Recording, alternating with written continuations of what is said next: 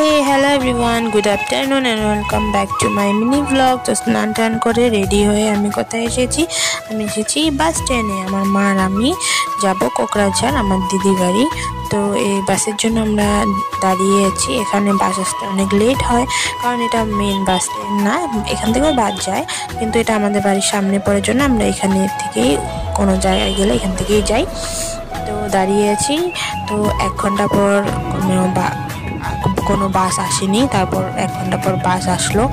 এই যে আমরা এখন বাসে উঠে পড়লাম, আমার মা আর আমি। তো অনেক দূর আসার পর আমি ভিডিও করেছি।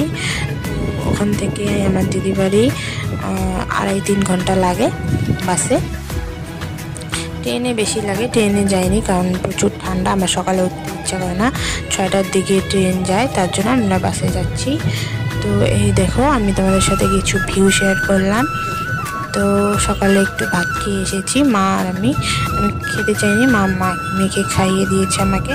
তো এই দেখো, তারপর আমি কেক, চিপস আর বিস্কিট খেলাম, আর ভাগ্নির জন্য চকলেট নিলাম। আর এই দেখো, আমি বাস থেকে নামে পড়েছি, টোটোতে উঠেছি। তো দেখা হচ্ছে নেক্সট।